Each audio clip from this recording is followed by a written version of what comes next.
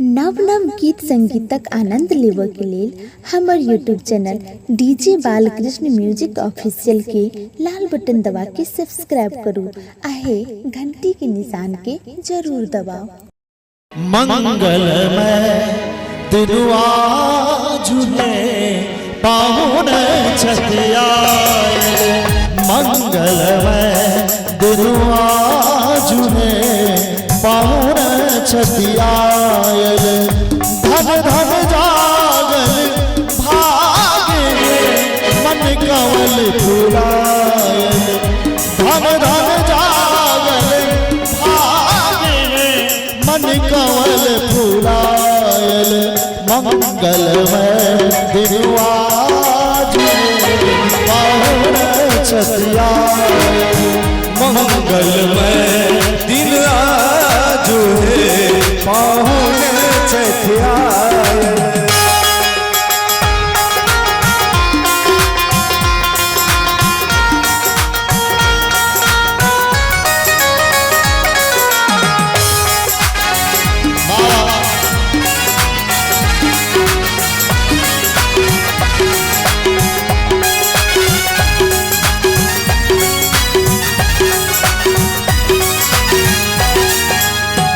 मंगल घट सा द्वार सजाओ, मंगल घट सा द्वार सजायब, कंचन दिया बर हम लाओ, कंचन दिया बर हम लाओ, गाथल हार गुलाब इनका पहिराओ, गाथल हार गुलाब है इनका पहिराओ, मंगलमय दिनुआ झूले पाहुन छतिया, मंगलमय दिनुआ झूले पाहुन छतिया।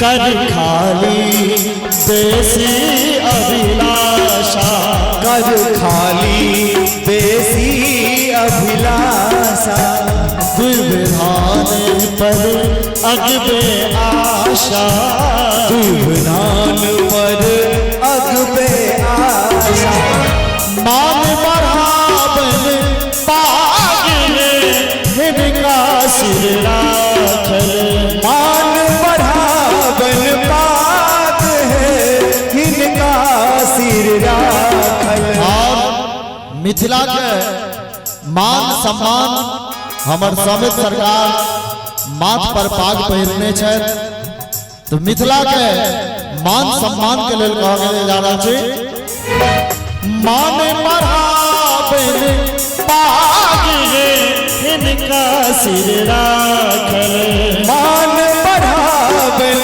पाग है इनका सिर राखल, मंगलमय दिनुआ झूले पाहुन छतिया, मंगलमय दिनुआ झूले पाहुन छतिया।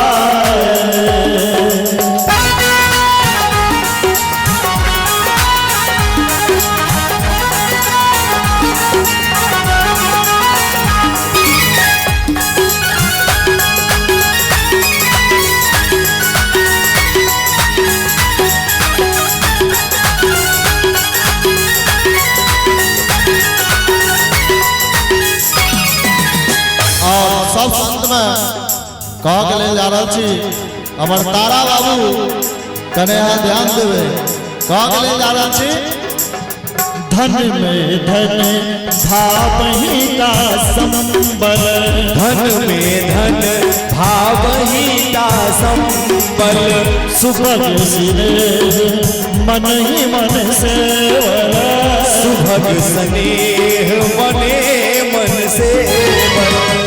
घर घर अनुपम साग भोजन में साज। घर के अनुपम साग है भोजन में साजन। घर के अनुपम साग भोजन में साजन। मंगलमय दिन आज है पाहुने छठियाए।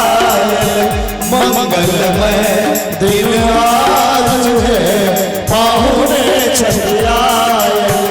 धन धन जागल भाग धन धन जागल भाग है मन कमल फूलाए। मंगलमय दिन आज है पाहुने छठियाए। मंगलमय दिन आज है